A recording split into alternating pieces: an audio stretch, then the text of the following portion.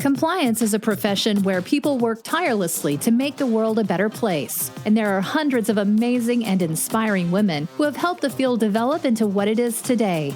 Great Women in Compliance is part of the Compliance Podcast Network as they talk with women in compliance who are making a difference. Hello, and welcome to another episode of Great Women in Compliance. I am Hemma Lomax, and my co-host is Lisa Fine. GWIC is hosted by the Compliance Podcast Network and sponsored by Corporate Compliance Insights. I'm so happy to introduce you today to our special guest, Shruti Shah. She is here to talk to us about partnerships between the public and private sector to eradicate corruption.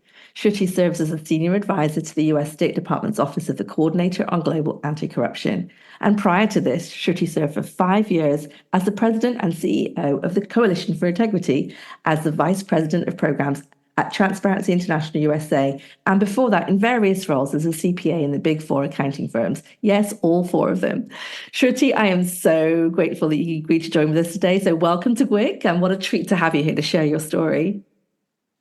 It's wonderful to be here with you, Hemma, and what a full circle moment for us because we first crossed paths at Transparency International USA, and here we are recording a podcast. That's right. I remember the days when I would check into the city office of Transparency International USA. I was a budding master's student at Georgetown, and I wanted to volunteer to do anything I could to be near you and Nancy at the time, Nancy Boswell, and work on this amazing mission that Transparency International has. And then to see you thrive from there and beyond, and to then lead the Coalition for Integrity. I mean, it's just been such a joy to watch you. So truly full circle. So grateful that we get to sit together again, maybe 10, 12 years later, maybe even longer, and to share your story with our GWIC listeners. So look, before we dive into your amazing journey and your achievements as this pioneer in multilateral public-private partnerships on eradicating corruption, I would like you to let our listeners know a little bit about you and your background. So we've mentioned a bit about your career, but share with us what put you on this path and how did you get here?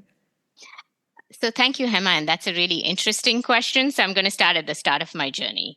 As your listeners will probably guess from my accent, I grew up in India, and so I've experienced corruption firsthand. I do know what it's like to lose opportunities because of corruption, and also it's impacted me throughout the education process. So obviously I have a deep personal connection to the field I'm working in. In terms of my professional career, as you mentioned, I'm a chartered accountant, which is the Indian equivalent of a CPA. I'm also a CPA licensed in Colorado and a certified fraud examiner. And I worked for the Big Four accounting firms in 3 different continents. So Asia, Europe, and the US. And I worked in various different roles at accounting firms. So in the beginning of my career, I was really focused on building technical skills. So reconstructing financial statements, looking for irregularities, which might indicate fraudulent activity, looking to see what good internal control systems look like so I can detect deficiencies, and also where internal controls are not working as efficiently, and learning how to communicate with various stakeholders, whether it's those in the private sector, like your internal management, but also legal counsel. And then understanding ethical requirements in the accounting profession, and also trying to understand where those can be crossed. So that was the early part of my career in accounting firms. Also worked in taxation, and both individual and corporate taxation. And then when I moved to the US, it had been completely focused on forensic accounting. So it was really working with companies to do internal investigations of alleged FCPA violations, doing investigations of fraud, embezzlement, collusion, other bribery, kickbacks, things like that, helping companies with their compliance program, helping them test controls, helping them a little bit with data analytics, including doing compliance audits and helping them really assess whether their programs were working well.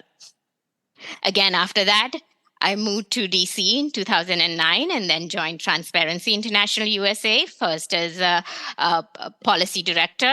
And then I made my way to president and CEO of the Coalition for Integrity.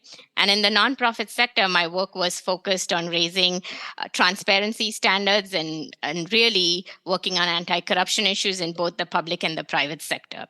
One of the things I spearheaded were the organization's corporate forums, which were attended by chief compliance officers, really to provide them with information about global enforcement trends, really developments in ethics and integrity, and then to informally benchmark their programs and practices with each other.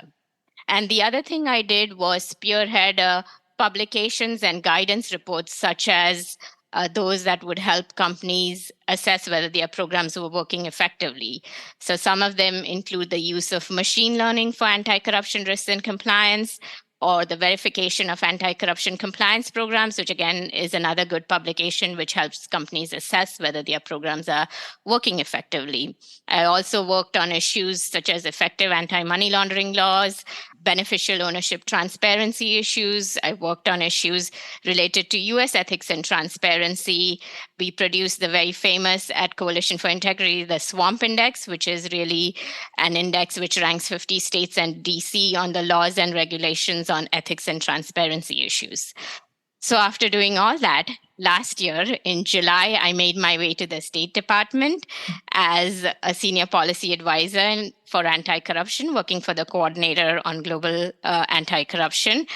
And part of this was that I have witnessed really the devastating impact that corruption has on individuals, on organizations, and communities. And that personal impact it has had on my own life really made me understand that I have to contribute to progress. Mm-hmm. So it strengthened my personal resolve to be part of this fight against corruption. And I'm a naturalized US citizen. So working for the State Department and being able to contribute in this way represents an extraordinary opportunity for me. It's not only a great honor, but it's also a great responsibility, and one that I'm thankful for every day. Since I've joined the State Department, I've had the opportunity to do great work, but also work with tremendous colleagues, both within the State Department, but in my own office, but also across the interagency, which has really made me feel so fulfilled and so happy with the move that I made. Wow, Shruti, what a journey. What an incredible journey. I mean, that's 17 lifetimes right there that you've explained of wealthy experience. And what really strikes me as you described the story, and you came back, you started with it and you came back to it at the end, is you've had personal experience. You've been personally moved by what you observed. And I think you said you felt you had to contribute to progress. But I really want to dig into what you've been able to do once you've made that decision that you can contribute to progress and you have strengthened your personal resolve. So before we dig into a bit more of what you do at the State Department, because I really want to get to that, I do want to just ask you that question. I mean, what's allowed you to know that you can continue to contribute to progress and drive you to continue with your personal resolve to keep doing this very important work? So I'll probably answer that in one question. I would say that while progress really requires a sustained effort by many people in various different sectors, nobody can achieve it on their own. I would say you should not underestimate the power of informed, passionate individuals who can make change. Mic drop moment. Informed, passionate individuals who can make change. Do not underestimate their power. I love that. That's beautiful, Shruti. I feel moved to remember that. Let's go to the State Department. As you said, wonderful, rich experience. You've now been able to take the benefit of that to the State Department and do some big things there, maybe solve some wicked problems. What does the Office of the Coordinator on Global Anti-Corruption do by way of mission and purpose? So that's a good question, and I'm so glad you asked this framing question. And I'll go back to 2021, December 2021, when the US government released the first ever strategy on countering corruption. Now, that strategy really provides a blueprint of how the US will work both domestically and internationally with both governmental and non-governmental partners to limit, respond to corruption and other crimes. In corporate speak, it's really the tone at the top, right? Mm-hmm. It's setting the tone at the top in terms of how we are going to work on anti-corruption. And it's also saying that anti-corruption is both an important national security, but also a foreign policy priority. So now that strategy is divided into and organized by 5 mutually reinforcing pillars. So the first one is modernizing, coordinating, and resourcing the US government's efforts to prevent corruption.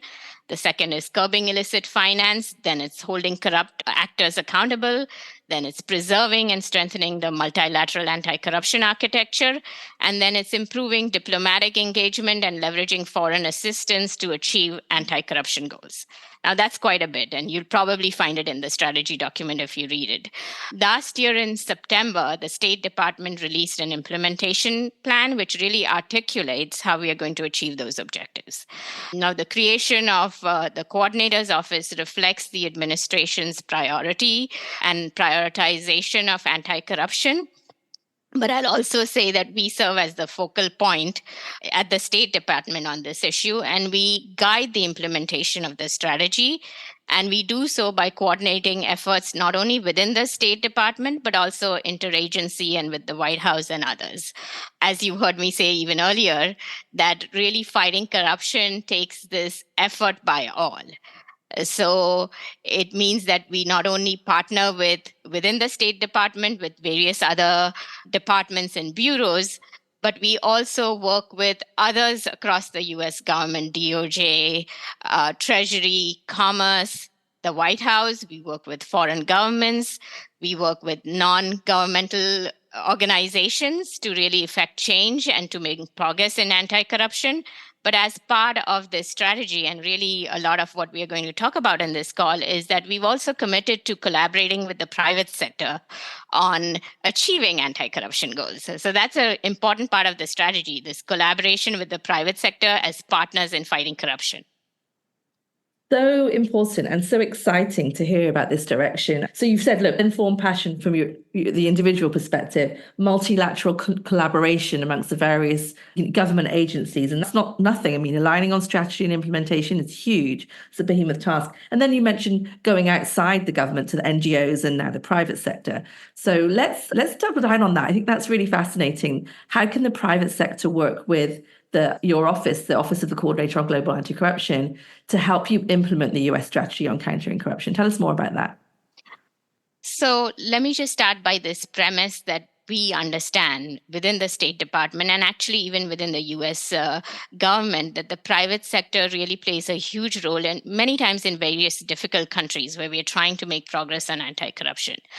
The private sector not only has the greatest risk in many difficult business environments, but also has sometimes the greatest leverage, because all countries are trying to improve foreign investment. They're trying to actually make progress on growth and development. When you think of a company's impact goes far beyond its shareholders, its employees, its investors. It actually extends to the entire environment in which they operate. It extends to the supply chain. But that's not to say that companies are not affected by corruption, right? Corruption leads to huge reputational, financial risk, legal risk for companies. It also contributes to an uneven playing field for those who are wishing to act with integrity. And I can really say this, and I understand this because I recount my own family's experience. As you probably know, my father used to own a small independent pharmacy in India. And he was so fed up by demands of protection money from state and non-state actors that he gave up that pharmacy. That had an enduring economic impact on my family. Mm-hmm. And it's things like this which make me wonder if there was better support offered to those in the private sector, not just large multinationals, but also small and medium-sized enterprises. Would the outcome have been any different? It probably would, when I think back on it. So it's really challenges such as these that the State Department recognizes, which really led us to this feeling that we do need to provide better support to those in the private sector that act with integrity, improve avenues for public-private sector dialogue, but also work on multi-stakeholder solutions to tackle corruption's most formidable challenges, I would say. And understand that we do think that the private sector has a role to play in raising integrity and ethics standards worldwide. The State Department, and I'm sure we'll get into it a little bit later, but I do want to provide a flavor for it. The State Department does have several formal initiatives to engage the private sector with. One is the global initiative to galvanize the private sector as partners in combating corruption. I know it's quite a mouthful. We'll call it GPS. We are known for our fancy acronyms here, not that fancy. There are other ways to engage with the US government and others on multilateral initiatives such as the Indo-Pacific Economic Framework, the Asia-Pacific Economic Cooperation Forum, which is APEC. There's the American Partnership for Economic Prosperity. There's the Extractive Industry Transparency Initiative. And then we also want to work with several others in the private sector and others at state to strengthen engagement by the private sector in multilateral bodies itself, like the G20, like several UN bodies. So in addition to all of these formal initiatives, I mean, there are several others too, right? So, for example, when we travel for work, we meet private sector interlocutors in country in various parts of the world. We also meet several companies and company representatives at private sector conferences. And we're trying to find out where we have mutual interests that intersect, so where our priorities intersect. Now, in all of these discussions that we've had through all these formal and informal initiatives, I would say that we already uncovered a few areas where our priorities intersect. One is promoting transparency, integrity, and accountability in public procurement. The other one would be transparency and addressing corruption risks in licenses and permits. That's usually a big one that comes up. The other one that comes up is governance of state-owned enterprises and raising integrity standards there. Then promoting transparency in high-risk sectors such as infrastructure, such as the extractive industry. And then the other one, which I think is a buzzword right now, is using responsible business conduct to tackle corruption risks in the supply chain. Mm-hmm. So our whole concept on this collaborating with the private sector is we are trying to close that feedback loop. So we want to listen to what the private sector is saying in terms of areas of mutual interest, and then see what we can do to improve the anti-corruption and the business climate overall. So important and so powerful the way that you're crowdsourcing this effort, right? I mean, it'd be very easy for you to put out a statement of intent and then just hope for the best. We're going to pray. But I love, this is my favorite buzz phrase right now, I love the way that you are operationalizing those good intentions and crowdsourcing that and realizing it takes a village. I love the GPS acronym because the global positioning system itself, you're positioning private sector to unlock these markets and unlock responsible business in these markets. And really, I want to just underline what you said about the greatest risk and the greatest leverage, and really the greatest opportunity here to unlock responsible business globally. Really excited to hear just how deep you're going in different areas with the private sector, the NGOs, the government agencies. I assume you're working multilaterally, but also internationally with your international counterparts. Is that a fair statement? That would be fair. And I'd love to describe a little bit about the programs and also what the State Department does and how it's different to other agencies, but I'm sure we'll come to that. But agreed. Ditto. Yes. And no, I mean, you're ahead of me because that's one thing. I work in a private company. One of the first questions that will be asked is, why are we speaking to the government? We want to think about that. What we normally think about when we're speaking to the US government is we're in trouble. And so how is the State Department different in that? Like, what is the role of the State Department in this place that's different to a regulator or an enforcer? What is it you're trying to achieve? So that is a very interesting question. And I get this question quite a lot, especially when I'm at conferences and ones that you've attended as well. Our mission at the State Department is quite different, right? One of the most important aspects of our mission is diplomacy. So our work, I think, is to complement the work of other initiatives which are focused on public-private partnership. So on the government side, I would say that we complement the work of others like the DOJ, SEC, Commerce, by providing a space which is less focused on enforcement, but more focused on what we can do in partnership with not just the private sector, but other partners overseas. So our idea is we want to focus on solutions that go beyond individual organizations and that help improve the anti-corruption landscape at large.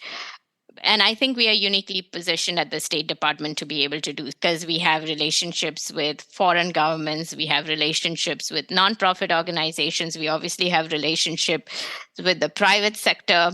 And all of these kind of help us, right? They help us bring our foreign assistance tools and our diplomatic tools to bear. And we obviously have a leadership role in many multilateral agencies as well, and many multilateral initiatives. So, of course, our work is complemented and informed by the work of all of these other agencies, but we do have a unique role. Our idea is, I would say, we want to understand where our priorities overlap. Let me give you a concrete example. Say, if a priority is to tackle corruption by companies that are headquartered in Southeast Asia, and say if that's a concern that's brought to us collectively by a lot of companies, then we can identify opportunities through many of those initiatives I mentioned, APEC, Indo-Pacific Economic Framework, or even the OECD. We can engage our embassies. We can provide a space for private sector collective action. We can even actually support foreign assistance programming on that issue. So we can bring that multi-pronged approach, I would say, to tackle an issue. And that's the space we are trying to provide, where we are actually trying to listen to what companies are telling us about what they are hearing on the ground. We are trying to see where our priorities on anti-corruption intersect. And then we are trying to see what all tools we have, which we can bring to bear, whether it's our leadership in all of these multilateral initiatives or our leadership at the OECD, our work through our embassies, our foreign assistance tools, where we can actually provide technical assistance to countries where they're trying to improve their legal frameworks or their oversight mechanism. It's all of those. Our role is kind of different, but it complements the work of everyone else. Wonderful. Now, look, I know we've talked about some of the exciting global programs that you've got and initiatives as part of your work, but one you spoke about at the Global Ethics Summit recently run by Ethisphere was compliance without borders. And that definitely stuck in my mind. I was busy Googling everything that you were saying, but that one really stuck in my mind. Can you tell us a bit about what compliance without borders is? I'm going to get in trouble for this, but I always liken compliance without borders to Match.com. I love it. I say that because Compliance Without Borders is trying to provide a mentorship program to state-owned enterprises to improve their integrity and governance standards and anti-corruption standards.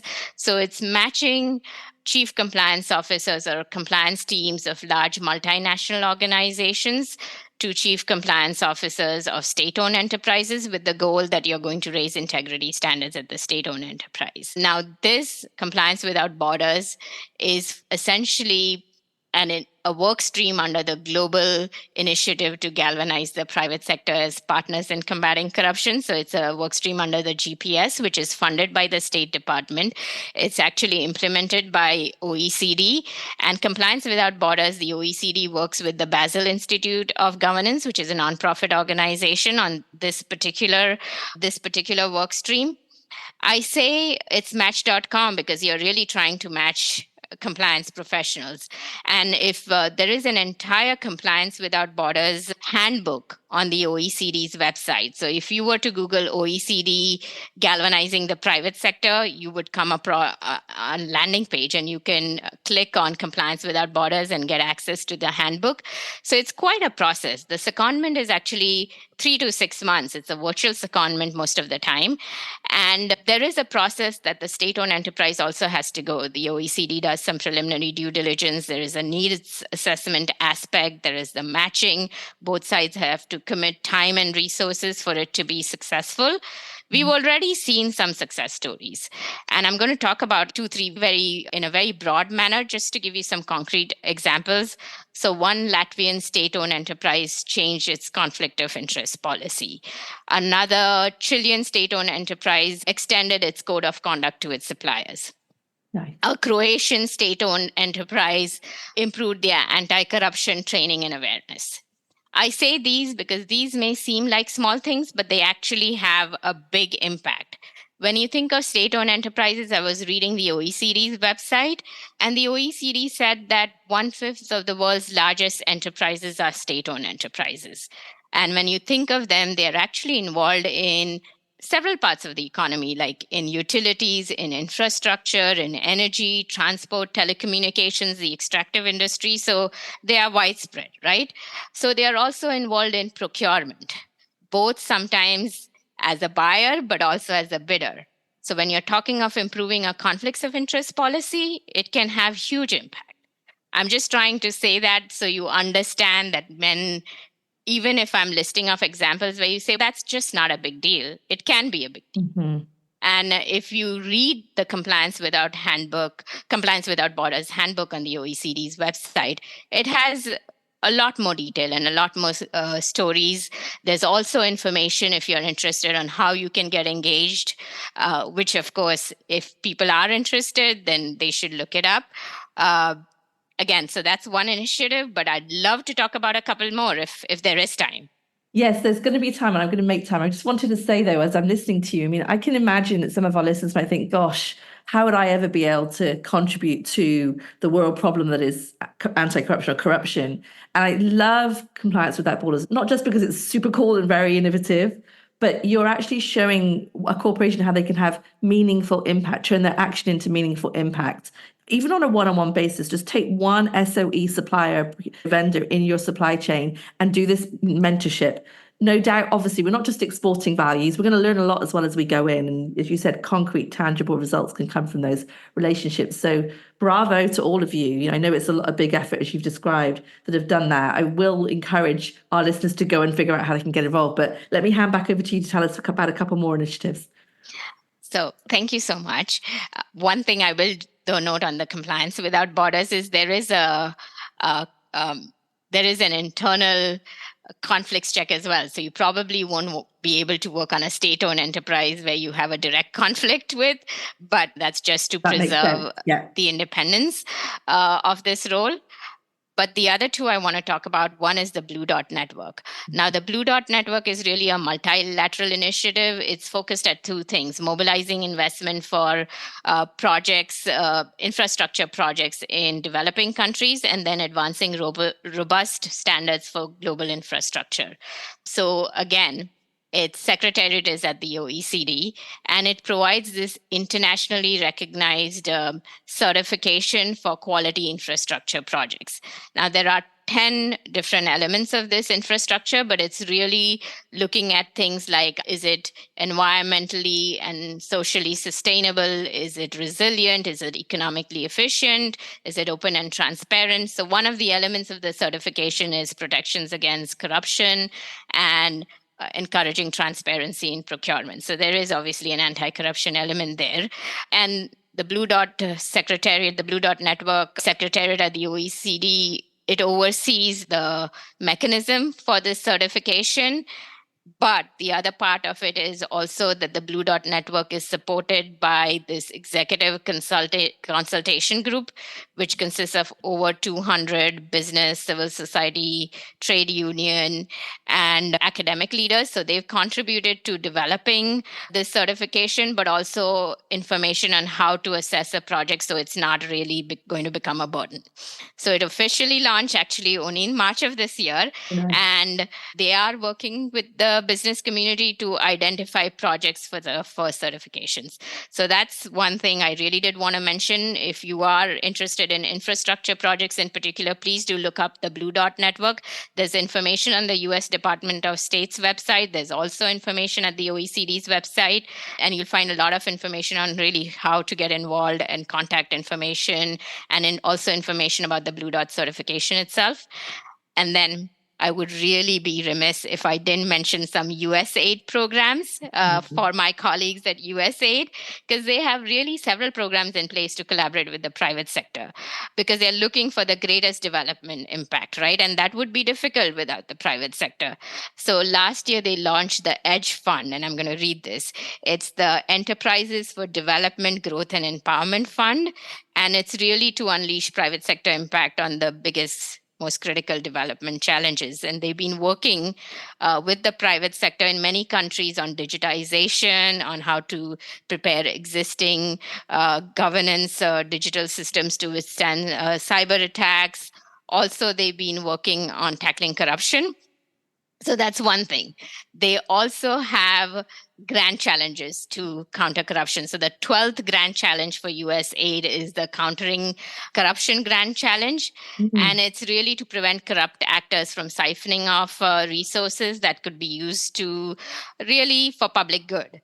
So again, they've engaged with the private sector on various technical areas. So I mentioned these because these are important areas. One is the green minerals supply chain, which is critical to the energy transition. The other is the health commodity supply chain for delivering life-saving medical supplies. And all of this, without engagement of the private sector, you can see that impact would be greatly limited. So there are various ways in which the private sector is already engaged on this grand challenge. Some are engaged as co-funders, some are engaged as mentors, some as judges on hackathons, and of course, some are recipients of funding. So please do check out the USAID's website as well. I'm sure they'll be thrilled that I'm mentioning their programs, but definitely look at them. They also do a lot of work in collaboration with the private sector.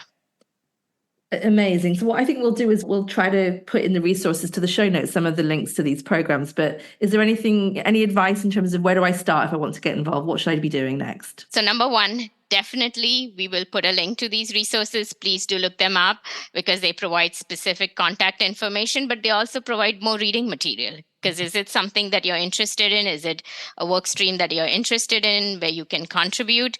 That would be essential.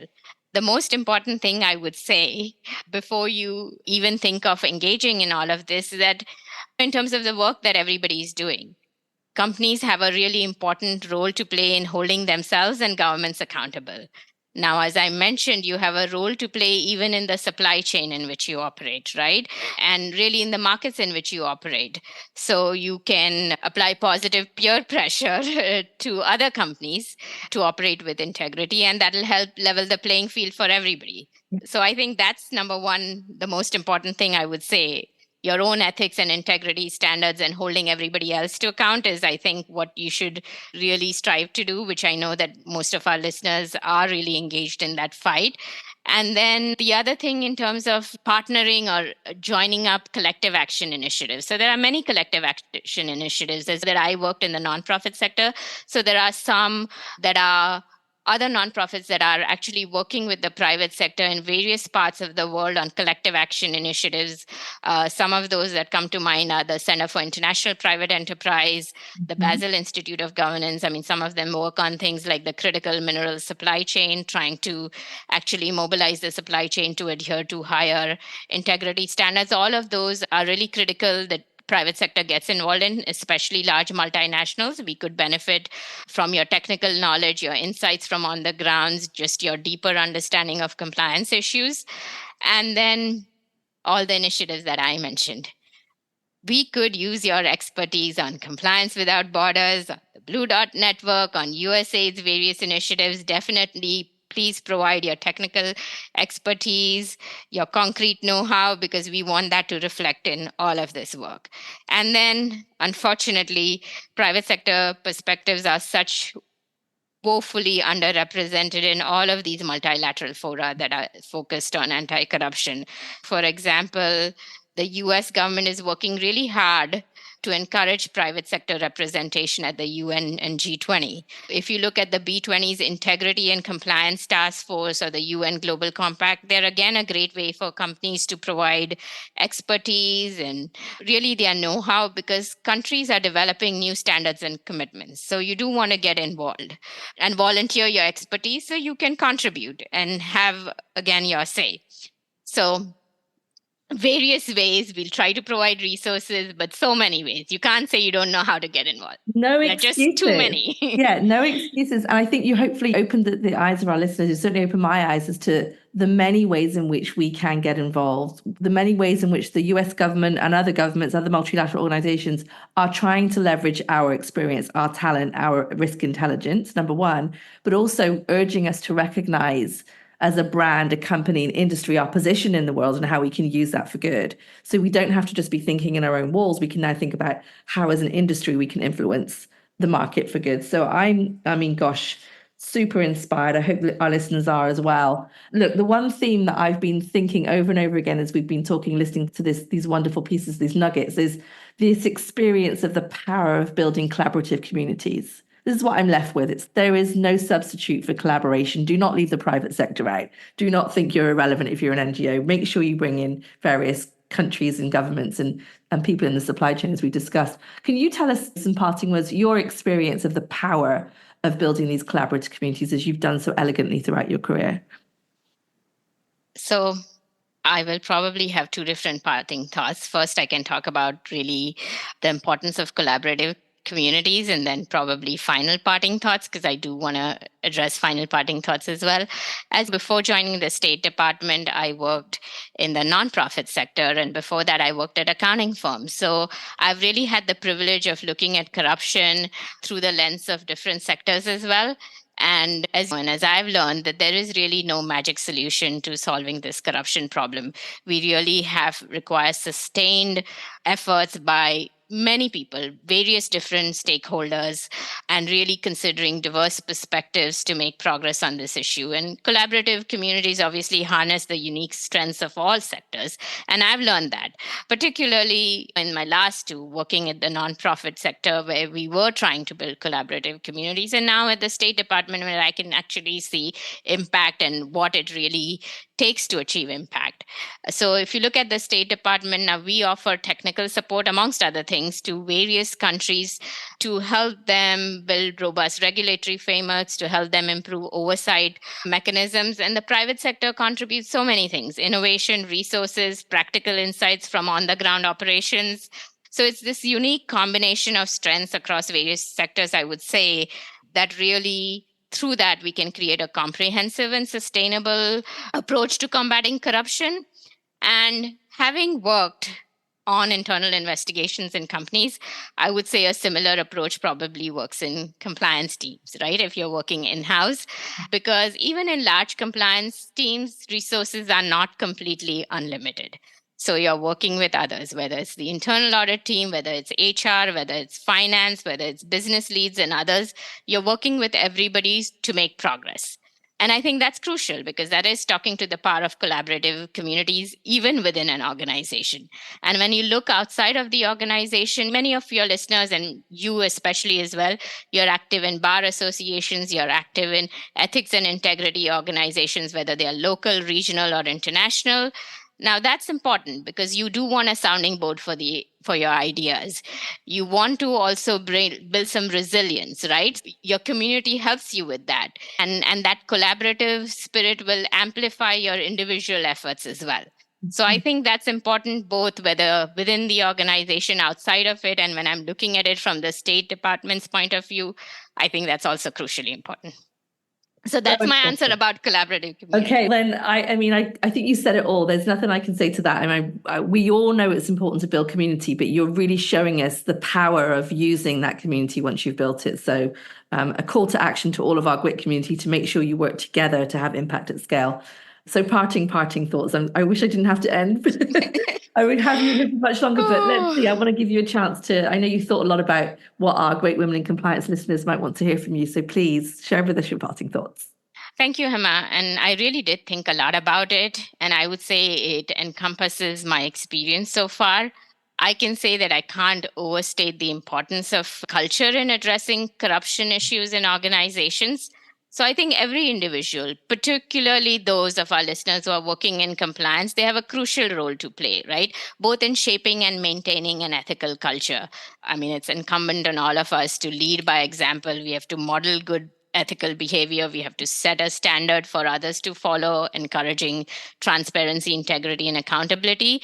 And then for all your listeners, your work is so important, not just in encouraging employees to make good decisions, but decisions that are based on ethical considerations, not just mere legal compliance, right? So you want to reinforce your organization's ethical values in every aspect of the business. Now, that's really a tall order. Everybody understands the importance of good anti-corruption policies and procedures, but I think it's equally important to make a positive impact on culture, and that's on all of us. So my final parting thoughts are really take pride in what you do, but also recognize the responsibility that comes with it. You're now part of this global network of individuals that are committed to upholding integrity and transparency. Your work, whether it's in the courtroom, whether it's in the classroom, whether it's in policy making, whether it's in in-house compliance, whether it's in government, it's crucially important. Please continue to collaborate, to support your peers. And I said, don't underestimate the power of informed and passionate individuals to make change. It's really your efforts that contribute to a fairer and more equitable world. So I thank you for your efforts, and thank you, Hemma, for inviting me. Oh my goodness. Thank you so much for coming. I feel more powerful just being in your network. So thank you. Proximity to that power inspires me to make sure I find it in myself. And look, you truly have set the standard for all of us. So thank you for what you've done and continue to do to think about your father and to think about the legacy that was taken away from him because of corruption, and to make sure that others don't have to feel the same, that pain and the same unfortunate circumstances because of corruption. So I'm really moved by your origin story, really moved by just how much impact you've been able to have. And we thank you again. Thank you for joining us at GWIC. We'll have to have you back to talk about more things. But for today, I just want to say I'm really grateful to you for spending time with us. Thank you. Thanks for joining us for this episode of Great Women in Compliance. We hope you'll join us in honoring the great women in the compliance field by subscribing to this podcast and leaving a review.